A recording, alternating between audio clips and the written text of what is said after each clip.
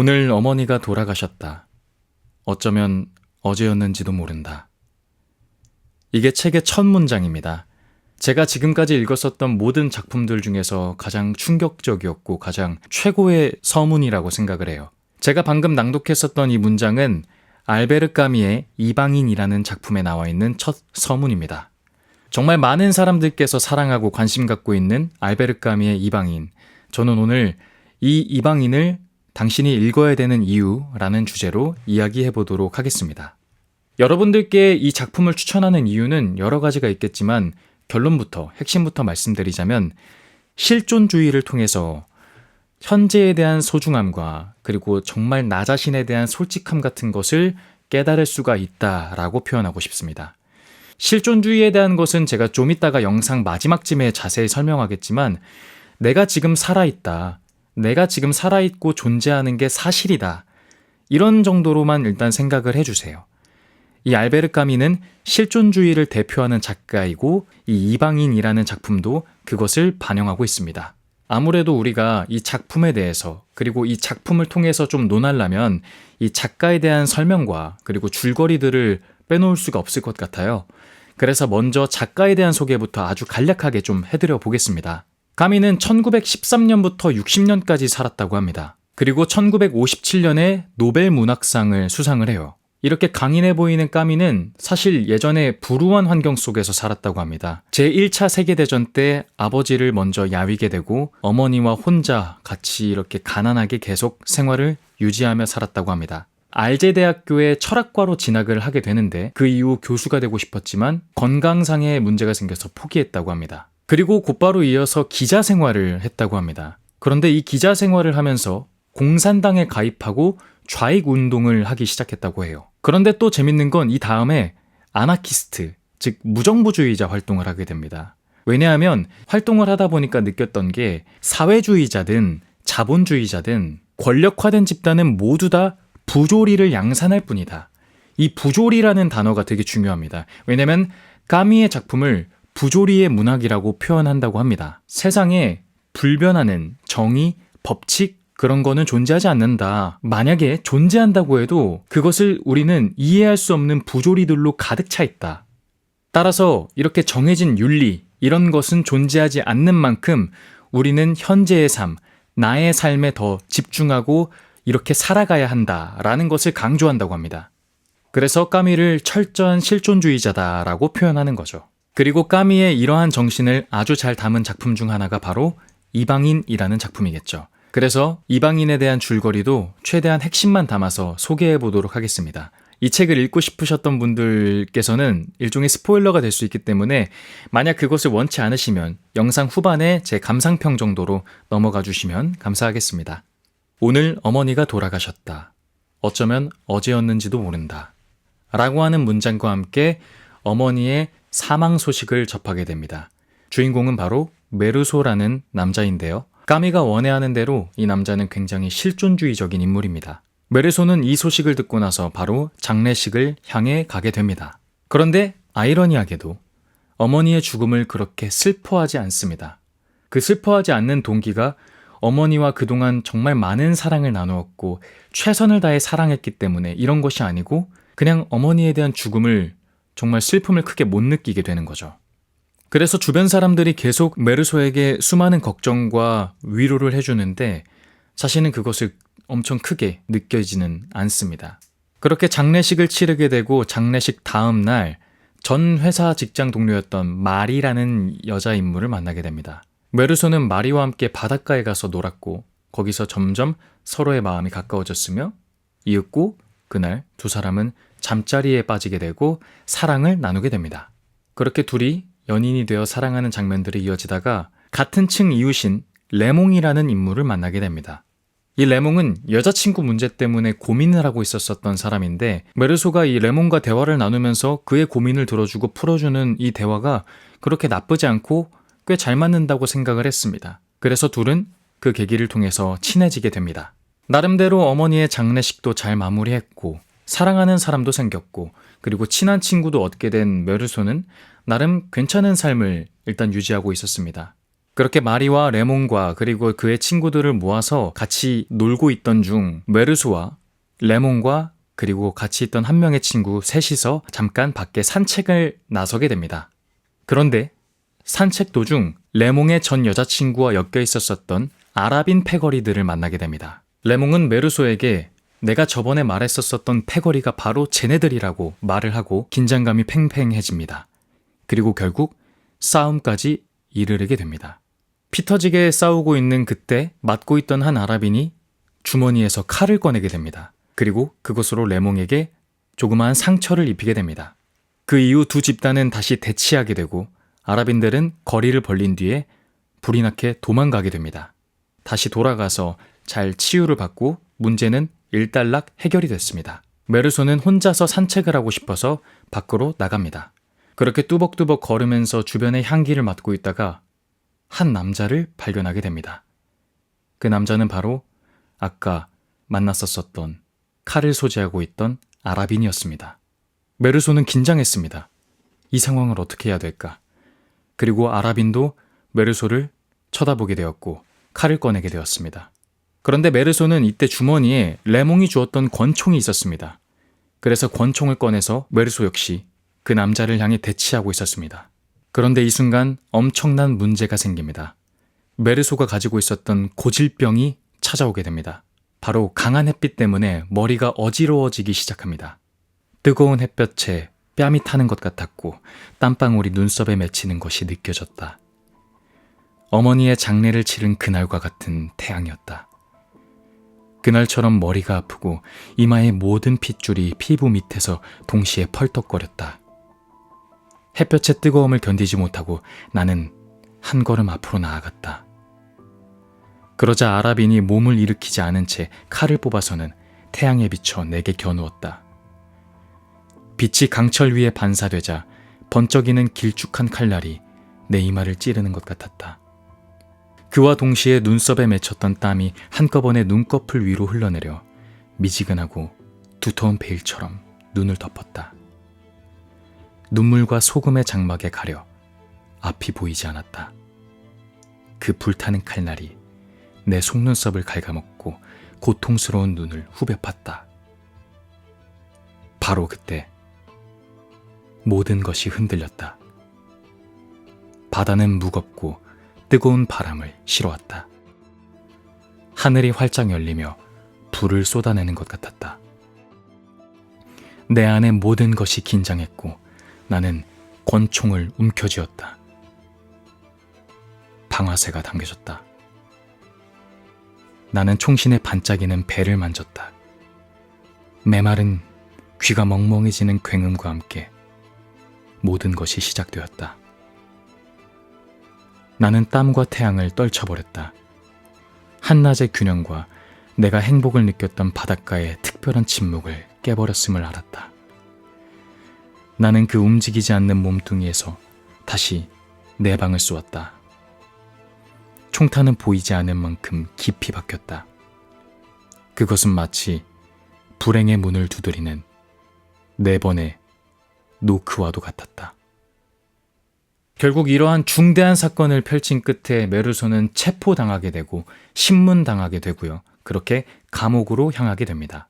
이후에 이 사건을 국선 변호사를 지정받게 되고 메르소의 재판을 준비하게 됩니다.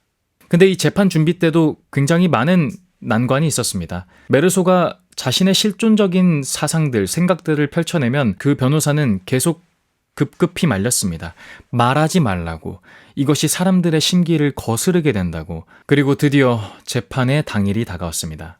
그런데 이 재판 당일날 메르소 다음 사건이 아주 유명한 존속 살인 사건이 껴있어가지고 그 심의가 있었어가지고 이 변호사는 우리의 문제가 크게 이슈되지 않을 테니 사람들의 심기를 건드리지 않으면 잘 넘어갈 수 있을 것이다. 그러니까 우리 말했던 대로 잘하자라고 하면서 들어가려고 합니다.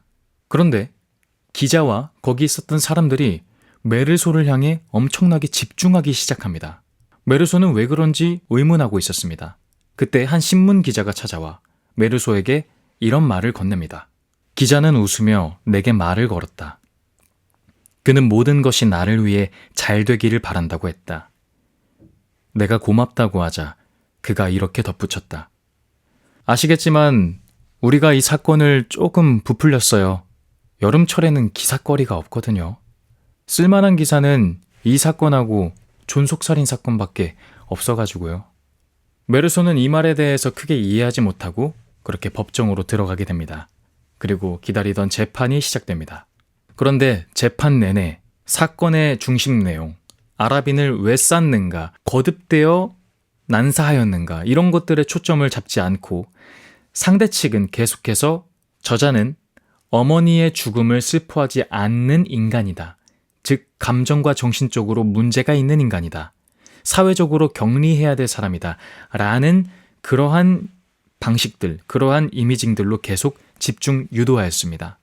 메르소는 이거에 대해서 그래도 자신의 의견을 펼치면서 이야기하고 싶었으나 변호사는 계속 급급 말렸습니다. 그렇게 정작 주인공인 메르소는 빠지고 둘의 치열했던 공방 끝에 배심원 판결로 이어지고 그 결과가 나오게 됩니다. 다시 종이 울리고 피고석의 문이 열렸을 때 내게 밀려온 것은 법정 안의 침묵, 그리고 그 젊은 기자가 시선을 피하는 것을 보았을 때 야릇한 기분이었다. 나는 마리를 바라보지 못했다.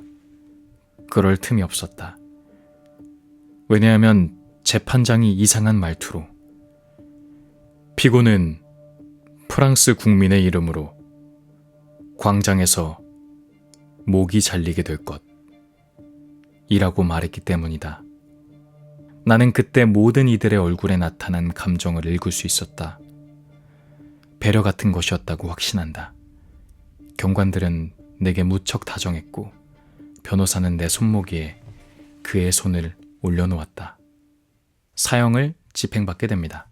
그렇게 다시 감옥에 들어간 메르소는 앞으로의 방향에 대해서 고민하게 되고 항소를 바라지만 기각할 시에 그것도 받아들인다는 그의 실존주의적인 또 사고방식이 엿보이게 됩니다. 그런데 그러다가 계속 거듭 접견을 거부했었던 한 신부가 찾아오게 됩니다. 그 신부는 메르소에게 계속 회개를 강요합니다. 지금 당신이 받은 이 재판의 결과는 인간이 정해준 형이고 이 다음에 당신이 나아갈 그런 진짜 문제는 아직 치러지지 않았다. 그러니까 당신이 속죄를 해야 한다.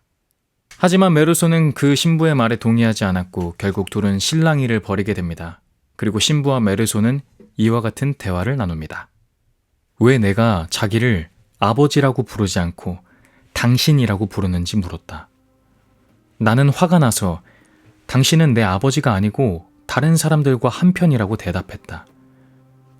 그 신부가 내 어깨에 손을 얹고 아닐세, 나의 아들이여, 나는 자네와 함께 있네.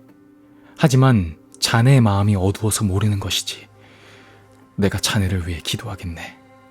그때 왜 그랬는지 몰라도 내 마음속에서 무언가 폭발했다. 나는 목청껏 외치며 그를 모욕하고 기도는 집어치우라고 말했다. 그는 매우 자신만만한 태도였다. 그렇지 않은가? 그러나 그의 확실성이란 모두 여자의 머리카락 한 올만한 가치도 없었다. 그는 죽은 사람처럼 살고 있으므로 살아있다고 확신할 수조차 없는 것이다. 반면 나는 빈손처럼 보일지 몰라도 확신이 있다. 나 자신에 대한, 모든 것에 대한 확신. 그가 확신하는 것 이상으로 내 삶과 닥쳐올 죽음을 확신하고 있었다. 그렇다. 내게는 그것밖에 없다. 그러나 적어도 나는 그 진실인 나를 꼭 움켜쥔 것만큼 나 또한 그것을 꼭 움켜쥐고 있었다. 내 생각은 옳았고 여전히 옳고 항상 옳다. 나는 이렇게 살았으나 또 다르게 살 수도 있었을 것이다. 나는 이런 것을 했고 저런 것은 하지 않았다. 어떤 일은 하지 않았지만 또 다른 일은 했다. 그래서 어떻단 말인가? 나는 이 모든 시간 동안 내 정당함이 인정될 저 새벽을 기다리며 살아온 셈이다. 중요한 것은 아무것도 없다. 그렇게 신부는 메르소 앞에서 얼게 되고 메르소 앞에서 눈물을 흘리게 되며 둘을 분리하게 됩니다. 그리고 메르소의 마지막 장면이 나오면서 이 작품의 내용이 끝이 납니다. 기진맥진해져서 작은 침대 위로 몸을 던졌다. 그러고는 잠이 든 모양이었다. 눈을 뜨자마자 별이 보였기 때문이다. 들판의 소리들이 나에게까지 올라왔다. 밤과 대지와 소금 냄새가 관자놀이를 시원하게 해주었다. 잠든 여름의 그 멋진 평화가 밀물처럼 내게 다가왔다. 그때 한밤의 경계선에서 고동 소리가 울렸다. 그 소리는 이제 나와는 영원히 무관해진 세계로 출발하는 신호였다. 참으로 오랜만에 나는 어머니를 생각했다. 말년에 왜 어머니가 약혼자를 가졌는지, 왜 생애를 다시 꾸며보려 했는지 알 수 있을 것 같았다. 그곳, 생명이 사그라지는 양로원 근처에서도 저녁은 쓸쓸한 휴식 같은 것이었다. 그처럼 죽음에 가까이 다가가서야 어머니는 해방감을 느끼며 모든 것을 다시 살아볼 결심을 했던 게 틀림없다. 아무도 어머니의 죽음을 슬퍼할 권리는 없는 것이다. 그리고 나도 모든 것을 다시 살아볼 수 있으리라는 생각이 들었다. 마치 그 커다란 분노가 내 괴로움을 씻어주고 희망을 비워낸 것처럼 이 신호와 별로 가득한 밤을 앞에 두고 나는 처음으로 세계의 부드러운 무관심에 마음을 열었다. 나는 그처럼 세계가 나와 매우 닮았다는 것을, 마침내 세계와 나는 한 형제라는 것을 실감했다. 나는 행복했고 지금도 행복하다는 걸 깨달았다. 모든 것이 완성되도록, 그리고 내가 외로움을 덜 느끼도록 내게 남은 소원 하나는 사형집행날 많은 구경꾼들이 증오의 함성으로 나를 맞아주었으면 하는 것뿐이다. 이방인의 전체적인 줄거리를 소개해봤습니다. 워낙 너무 좋은 문장이 많아서 최선을 다해서 함축했지만 이 정도는 담을 수밖에 없었던 것 같아요. 자, 그렇다면 다시 돌아와서 이방인이란 작품을 우리가 왜 읽어야 될까, 그것에 대한 이야기를 다시 꺼내보도록 할게요. 작가 알랭 드 보통이 표현했었던 말이 떠오릅니다.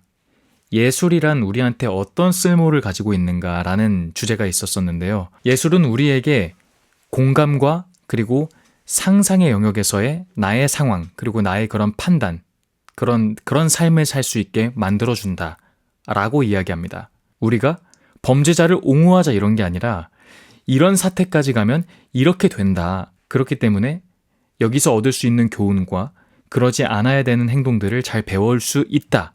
문학을 통해서, 예술을 통해서 이렇게 표현하는 거죠. 그래서 이러한 취지를 통해서 이방인을 읽어야 되는 이유를 설명해 보자면, 우리가 실존주의를 통해서 자아를 정말 진정으로 탐구할 수 있는 기회를 갖게 된다라고 생각이 듭니다. 이 실존주의에 대해서 조금 더 깊게 설명을 드려보자면, 우리는 지금 살아있잖아요. 이 영상을 찍기 위해 말하고 있는 저, 그리고 이 영상을 보고 계시는 시청자분들은 살아있잖아요. 내가 존재하는 게 사실이잖아요. 그런데 당신은 실제 존재하는 게 아니다 라고 주장했었던 한 노인이 있습니다. 그분이 바로 소크라테스의 제자이자 아리스토텔레스의 스승이었던 플라톤이라는 철학의 아버지 같은 인물이 있어요. 그 사람은 실제 존재하는 것은 저 다른 개에 있고, 우리가 살고 있는 개는 현상계고 저기는 실존계다. 그리고 저기를 나는 이데아라고 부른다. 즉 이원론이라는 걸 만들어요. 그리고 이것이 로마 집정기를 가지면서 그리고 중세시대까지 흘러가면서 맞물리게 되죠. 그때 당시에 로마 카톨릭 사상, 그리고 그 이후에 프로테스탄트라는 기독교 사상까지 이어지면서 역시나 이원론적인 사상이 서구 사회를 지배하고 있었습니다. 그리고 르네상스라는 게 생기면서 근대적인 생각을 가지는데, 이 근대적인 생각에서마저도 가장 대표적 인물격인 데카르트가 그런 말을 했죠. 의심하는 거예요. 내가 실제 존재하는가 의심하는데 지금 살고 있는 세상이 마치 매트릭스처럼 가상의 세계가 아닐까? 혹은 인셉션 마냥 꿈의 세상이 아닐까? 그래서 내가 이게 어떻게 된 영문인지 모르겠는데 한 가지 확실한 게 있다. 그게 뭐냐면 나는 지금 의심하고 있다. 나는 의심한다. 따라서 존재한다. 나는 생각한다. 고로 존재한다.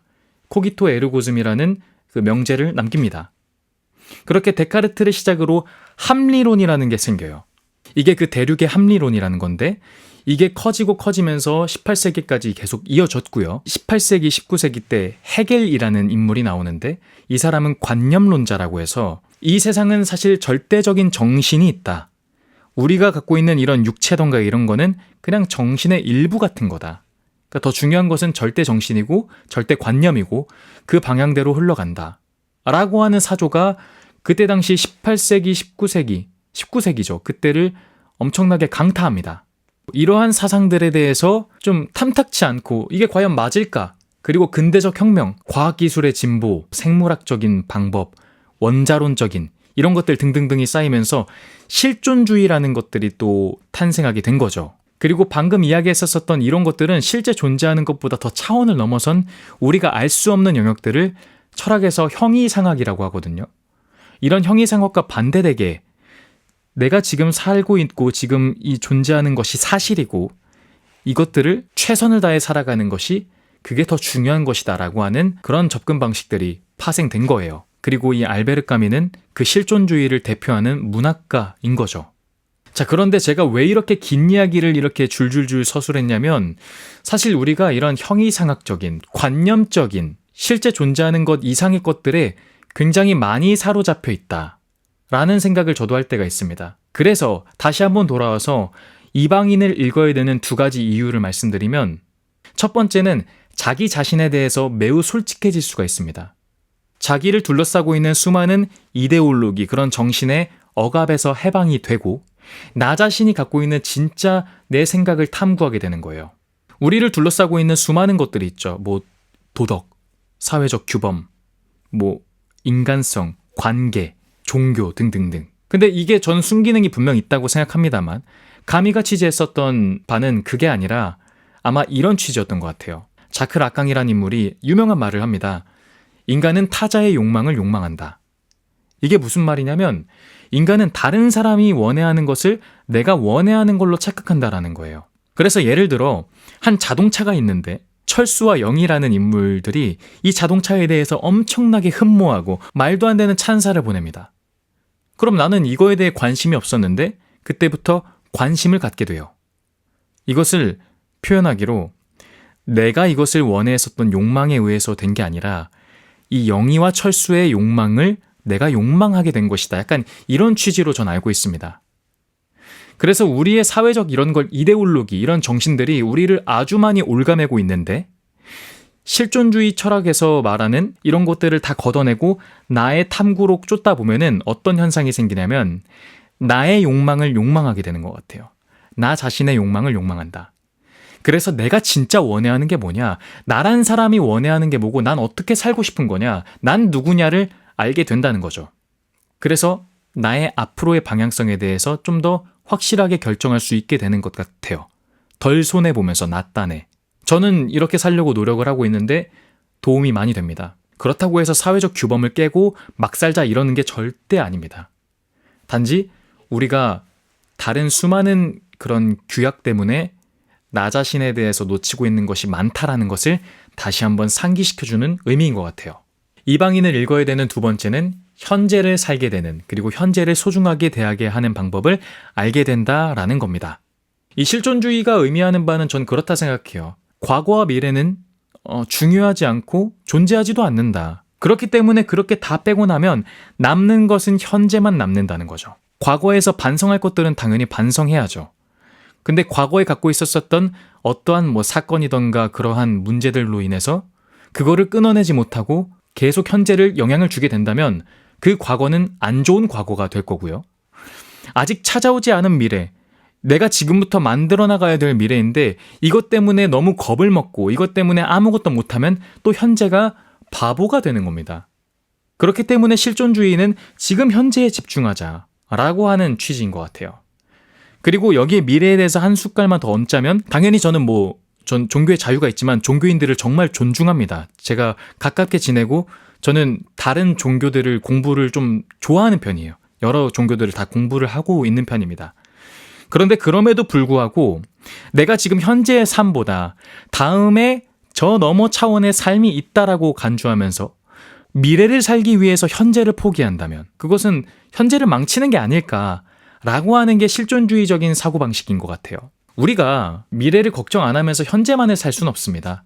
그렇다고 우리가 미래만을 위해서 살 수는 없어요. 그래서 중요한 것은 빈도라고 생각합니다. 진짜 집중해야 될 주인공에 대해서 몰입하지 못하고 있다면 다시 한번 상기시켜봐라. 그래서 까미가 이 작품의 제목을 이방인이라고 지었던 것은 저도 마찬가지고 당신도 마찬가지겠지만 모두 떠날 거고 어딘지 모르겠지만 그곳으로 가게 된다면 그건 이방인이 되는 거다. 여기가 이 지금 살아있는 실존계가 우리의 고향이고 우리가 진짜 정착해 있는 땅이고 여기를 살아가는 것을 집중해야 된다.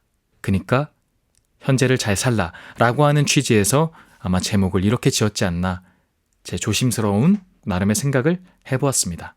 해설문과 논설문이라기보다 감상문 정도로만 생각해 주세요.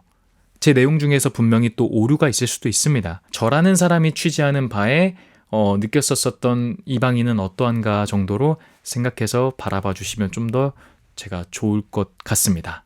아무튼 기회가 된다면 한 번쯤 이 작품 읽어보시기를 바라겠고요. 오늘 영상 재밌게 보신 분들 있다면 구독과 좋아요 그리고 알람 설정 부탁드리겠습니다.